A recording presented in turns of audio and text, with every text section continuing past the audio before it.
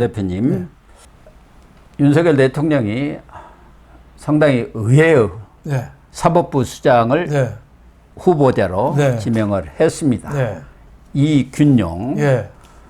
서울고법 부장판사죠. 네. 이분을 지명을 했는데 대법관도 지내지 네. 않았고 네.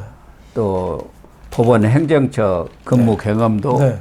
없지만 정말 이 사법부 내에서는 네. 세 손가락 정도에 네. 들 정도의 아주 탁월한 그런 역량을 발휘한 네. 정통 보수 법관 네. 아닌가 이런 생각이 듭니다. 그렇죠.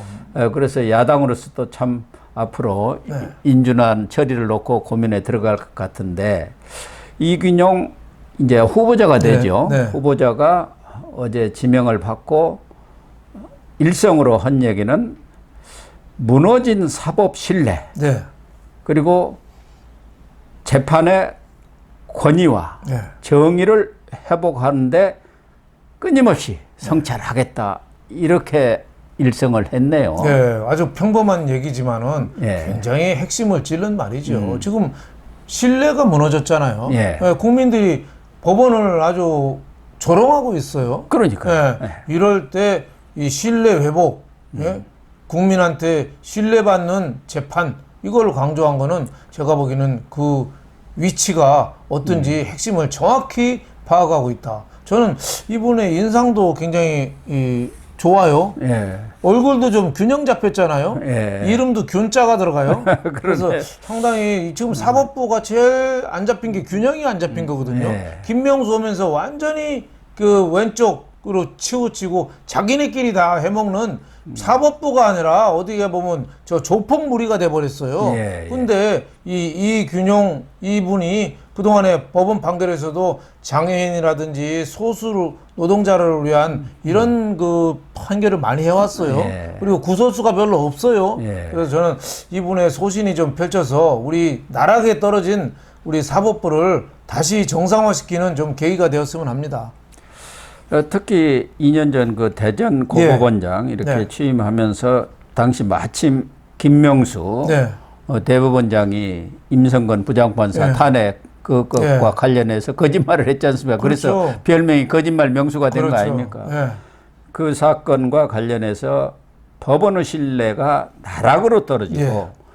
법원이 조롱거리로 전락한 이 사법부 모습이 참 참담하다. 그렇죠. 이렇게 얘기를 했어요. 대법원장이 거짓말을 했어요. 네, 근데 그 임성근 부장판사가 녹음을 했잖아요. 네. 녹음한 걸 공개했어요. 그러니까 거짓말했다 소리는 못 하는 거죠. 예. 예. 그러니까 김명수라는 사람이 인간 말종이라는 말 있잖아요. 예. 인간 말종이죠. 대법원장 자격이 없는 사람입니다. 그래서 특정 단체들만 위한 그 인사를 하다가 보니까 엉터리 방터리 판결이 너무 많았어요. 그래서 이번에 이균용 뭐 이분이 좀 제대로 좀 해야겠다 뭐 이런 생각이 좀 들어요. 어제도 이 지명받고 한 일성 네. 중에서 또 하나 강조한 것은 재판의 공정성, 네. 중립성이 아주 중요하다. 네. 이런 얘기를 했고 과거에도 법관의 네. 독립성을 침해하는 네. 그런 정권이라든가 네. 정치권 네.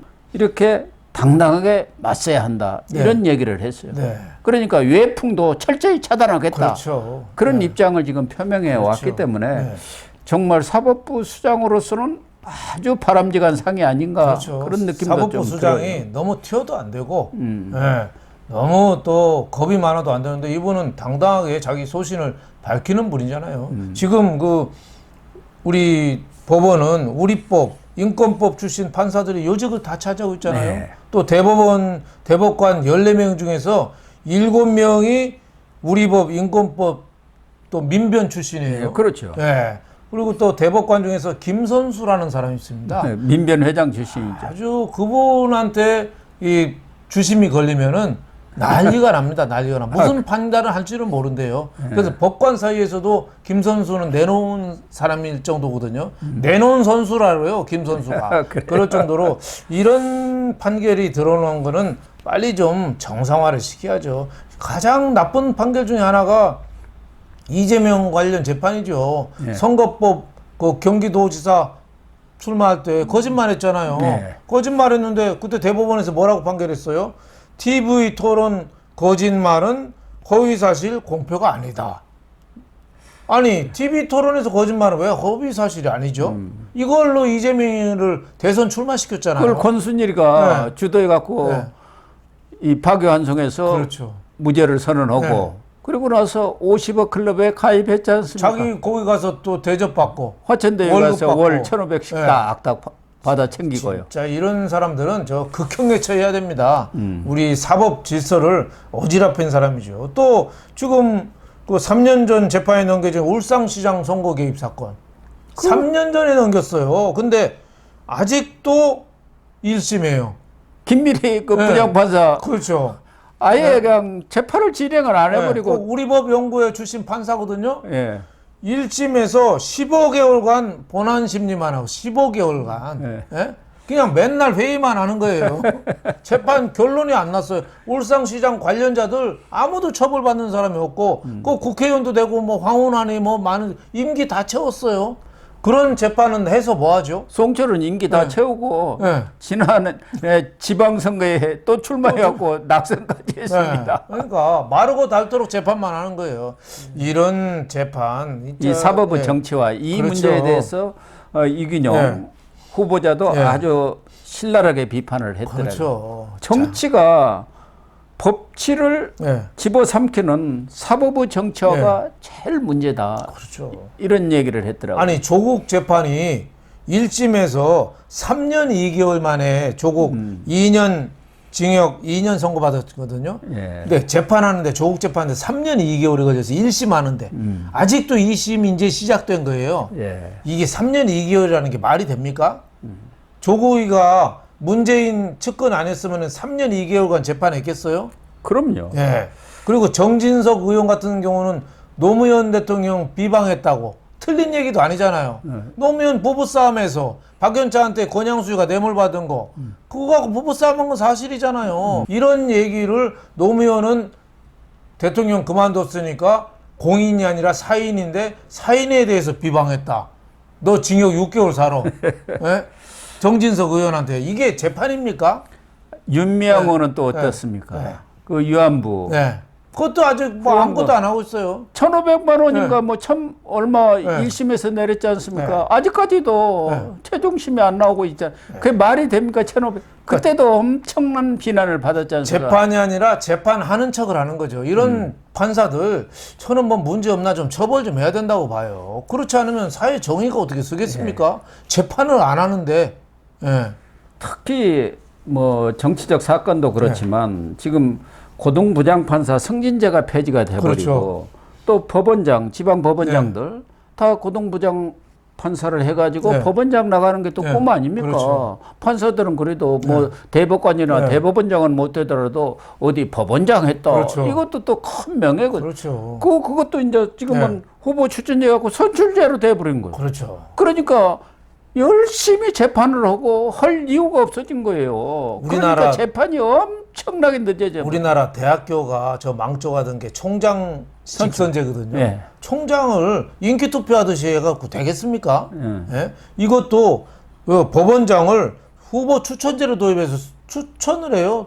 투표로. 그러니까 일 네. 열심히 안 시키죠. 그렇죠. 그러면 예. 인기가 없어요. 예, 술 잘 사주고 밥 잘 사주고 네. 무조건 칭찬하고 등 두드려주고. 그런 재판은 안 되는 거죠. 그리고 고법 부장판사 그 이균용 후보자도 얘기했어요. 고법 부장판사 승진제 폐지 문제가 있다. 네. 예? 그래도 승진 한번 하는 게 판사도 그게 보람이고 네. 성취감을 자극하는 거고 그게 어떻게 보면은 그 희망이잖아요. 네. 근데 그걸 싹 빼버린 거예요. 그러니까 김명수는 자기 밑에는 다 병사들이에요. 자기 밑에는 자기만 대법원장이고 이런 것도 빨리 바꿔야죠. 그렇습니다. 그러니까 사법부의 포퓰리즘, 예? 김명수 6년 만에 사법부가 무너졌다고 봐야죠. 정권 편들기, 포퓰리즘 인사, 판결 지체 이 때문에 사법부가 무너졌다고 봐야 되는데 예, 이균용 신임 대법원장 뭐 후보자입니다. 앞으로 국회에서 이것도 사실은 걱정입니다. 그게 제일 걱정이죠. 과반수 투표를 어디 해야지 되거든요. 예. 근데 민주당이 심보가 저걸 순순히 해주겠습니까? 네. 그래서 이균용 예. 이 후보자 상당히 정통 보수 법관이고 예. 또 좀 깐깐한 예. 그런 법관인 것 같아요. 여러 면에서는 뭐 크게 흠을 잡을 때라든가 네. 손색은 없는 분 같은데 네. 그러나 말씀하신 대로 국회에서 인주를 받아야 하거든요. 여기는. 무슨 핑계라도 되겠죠. 예. 뭐. 예. 초등학교 때 노상방뇨까지 아마 다 들춰낼 겁니다. 특히 이제 문제를 삼는 게 윤석열 대통령하고 가까워서 그렇게 대법원장 후보자로 지명된 것 아니냐. 지금 민주당도 그 논평을 보면은 네. 다른 거 없어요. 뭐 흠을 잡을 데가 없는 거예요. 근데 제보도 많이 안 들어온 것 같아요. 제보가 없는 것 같아요. 그러니까 흠 잡을 데 없으니까 그 대통령 거칠해 갖고 대법원장 후보된 거 아니야? 뭐 이런 식이야. 근데 대통령이 서울 법대에 다닐 때 뭐 얼굴은 알았겠죠. 160명이나 네. 됩니까? 하나 학년에 160명씩 그 당시 같은 뽑았어. 학력 아니, 학년도 1년 밑에 아니잖아요. 아닙니까? 그렇죠. 밑에죠. 그러니까 얼굴만 정도 아는데 그거를 법관하고 검사랑 친해야 얼마나 친했겠어요. 그걸 친구라고 오늘 뭐 한겨레 신문은 대통령 친구를 했다는데 친구도 친구 나름이죠. 얼굴만 아면 다 친구입니까? 그리고 그러니까. 우리나라 판사들 웬만한 사람 다 서울 법대에 있는 건 사실이잖아요. 예. 그걸 어떡하겠어요. 서로 그걸 다 알죠. 다 아는 건데 그거를 그 나름에도 불구하고 공평무사하게 여태까지 살아왔느냐, 삶의 궤적이 그래도 투명했느냐, 뭐 이런 걸 보고 해야지. 대통령하고 알면 다 친구인가요? 저도 그러면 대통령하고 같은 집안이겠네요. 일가라고 같은 파평윤가라고. 파평윤씨니까. 예. 아니 어떤 분도 댓글에 대통령하고 같은 파평이냐고 물었던데 맞습니다. 파평은 맞는데 판은 달라요. 예, 판은. 예. 저는 그 윤봉길 의사 그쪽 파평윤가고요. 같은 집안이지만 파가 또 윤석열 대통령은 충남 논산 노성면이 있습니다. 예. 그 노성윤 씨라고 노성윤 씨, 그 집안입니다. 그러니까 옛날에 왜 박근혜 때 윤창중 왜 홍보수석이 윤봉길 의사를 우리 아버지를 할아버지라고 그랬거든요. 사실은 정확한 표현은 아니죠. 왜냐하면 파가 다르니까. 그렇죠. 조선 초에 좀 갈라선 거죠. 윤창중 그 박근혜 때 했던 사람이 윤석열 대통령하고 같은 그 집안입니다. 노성윤 씨라고. 예. 어쨌든 이 문제도 지난해인가 이 대전고법 국정감사 때 박범계가 또 이제 대전 아닙니까? 그래갖고 또 물어봤더라고요. 윤석열 대통령하고 친하죠?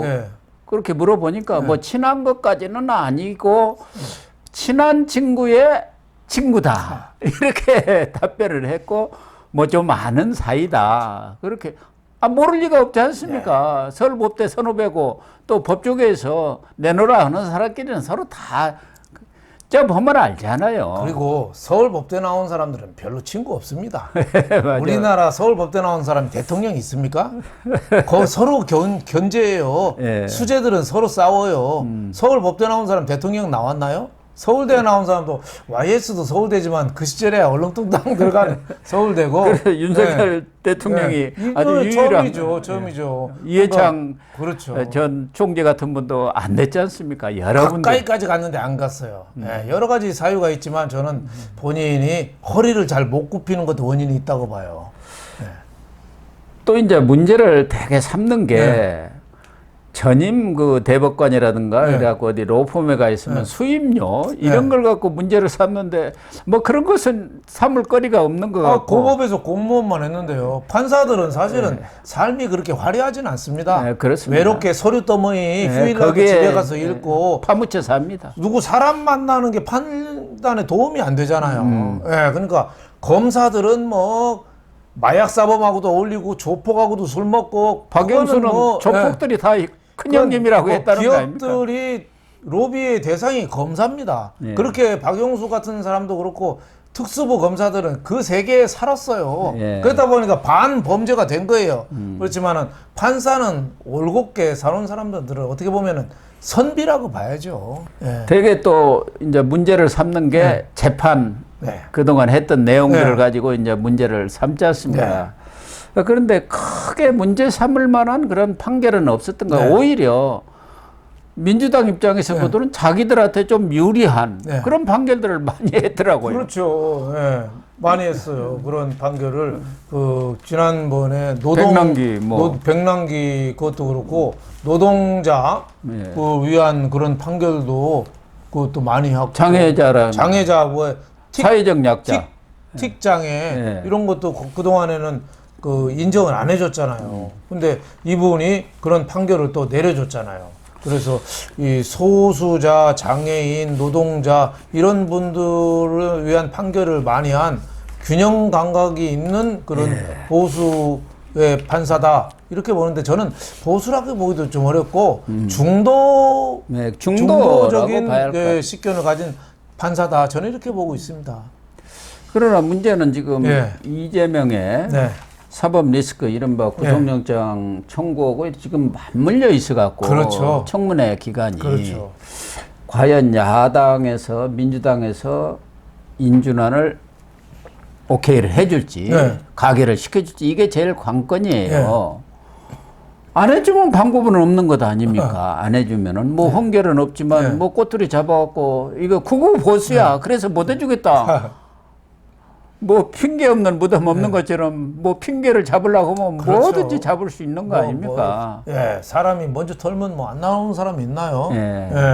뭐 여러 가지가 나올 수도 있겠죠. 하다못해 뭐 위장 전입도 나올 수가 있다고 뭐 나올 수 있겠지만 뭐 또 집안 가족 이런 걸 또 캐다 보면 뭐가 나올지 알 수는 없어요. 사돈의 발전까지 뭐 나올 수 있는데 그럼에도 불구하고 우리가 어느 그 신부님이 그런 얘기를 하더라고요.